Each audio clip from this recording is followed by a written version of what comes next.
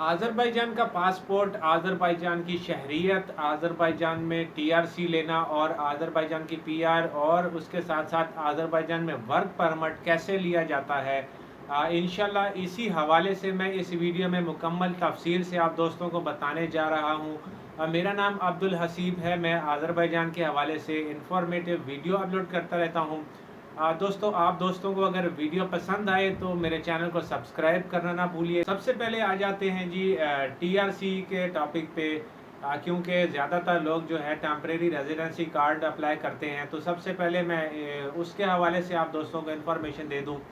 अच्छा, टीआरसी जो है इसके लिए आपको 2 या 3 तरीके होते हैं इसको अप्लाई करने के, और आप एलिजिबल होते हैं उसके बाद कार्ड लेने के। सबसे पहले नंबर पे आ जाता है कि आपका कारोबार होना चाहिए आज़रबाईजान में।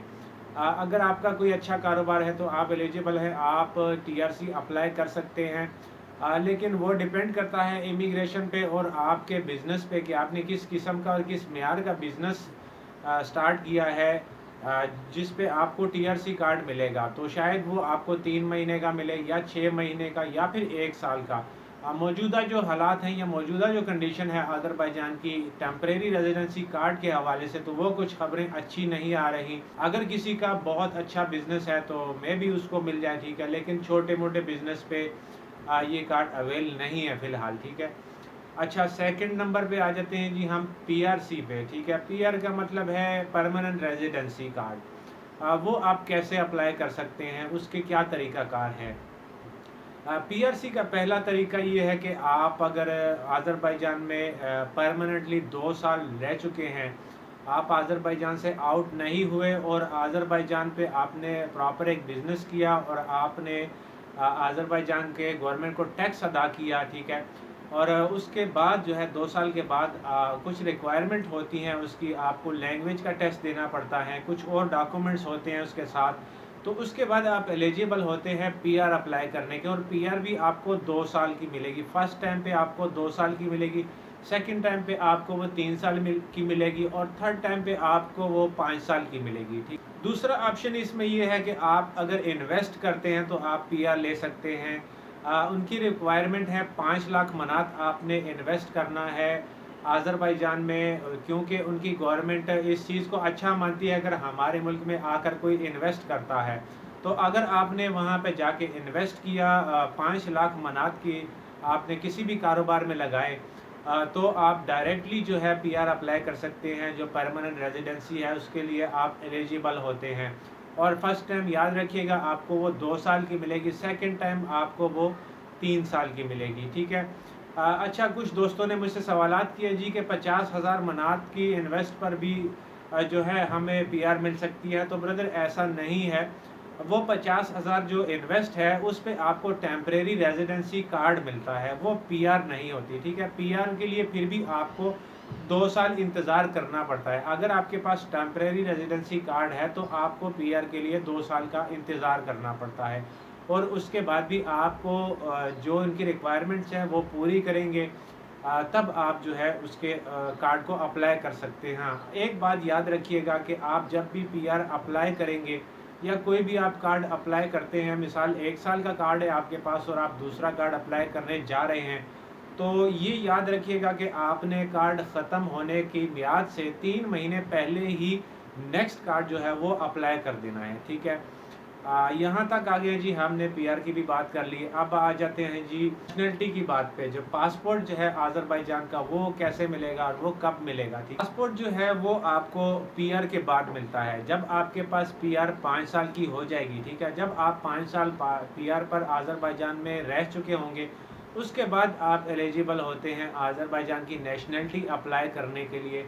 तो फिर आप आज़रबाईजान की नेशनल हो जाएंगे। लेकिन उसमें सबसे बड़ी जो प्रॉब्लम है वो है कि आज़रबाईजान पाकिस्तानियों को ड्यूल नेशनलिटी नहीं देता। मुझे इंडिया या बाकी ममालिक का पता नहीं है, लेकिन पाकिस्तानियों को ड्यूल नेशनलिटी नहीं देता।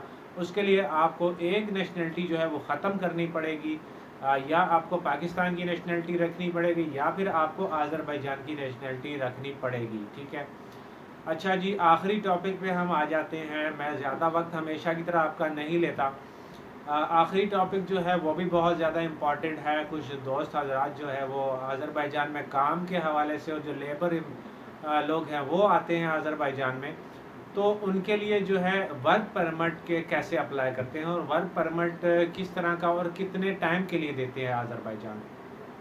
वर्क परमिट स्टार्टिंग में आपको 1 साल का मिलता है, ठीक है। आपको बिजनेस वीज़ा पे या लेबर वीज़ा पे, या आप अगर अज़रबैजान आते हैं और यहाँ पर आप अपनी जॉब फाइंड कर लेते हैं, ठीक है।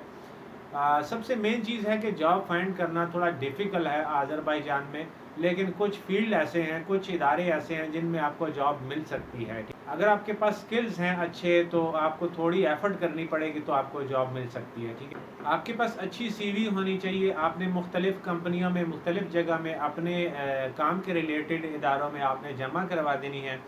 वर्क परमिट आपने अप्लाई कैसे करना है? अप्लाई आप तब करेंगे जब आपको कोई जॉब ऑफ़र देगा, कोई आपको एक्सेप्ट करेगा कि भाई ठीक है, आप हमारे पास काम कर सकते हैं।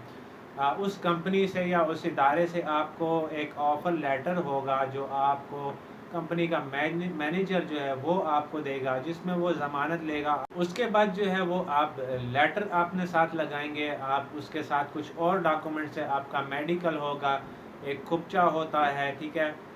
कुछ और डॉक्यूमेंट्स है, आपकी रेजिडेंस जो आपकी रजिस्ट्रेशन होती है वो आपने उसके साथ अटैच करनी है। एक एप्लीकेशन फॉर्म होता है वो आपने फिल करना है, ठीक है। आफ्टर देन आपने वो सबमिट करवा देना है आसान खिदमत या जो इमिग्रेशन का इदारा है अज़रबैजान में, वहाँ पे, ठीक है। तो उसके बाद 25 दिनों का टाइम लगेगा। 25 दिनों के बाद आपको 1 साल का जो वर्क परमिट है वो इशू होगा। और याद रखिएगा कि वर्क परमिट की जो फ़ीस है, जब आपको वर्क परमिट मिल जाएगा 1 साल का, उसकी जो फ़ीस है वो 1100 से 1300 मनात, आज़री मनात तक है, ठीक है। तो जितनी भी मैंने आपको इन्फॉर्मेशन दी इस वीडियो में, मेरे ख्याल से आपके लिए बहुत कारआमद होगी। तो आज की वीडियो में इतना ही था। इंशाल्लाह दुआओं में याद रखिएगा। मिलेंगे नेक्स्ट वीडियो में कुछ मज़ीद अच्छी मालूमात के साथ। दुआ में याद रखिएगा। अल्लाह हाफ़िज़।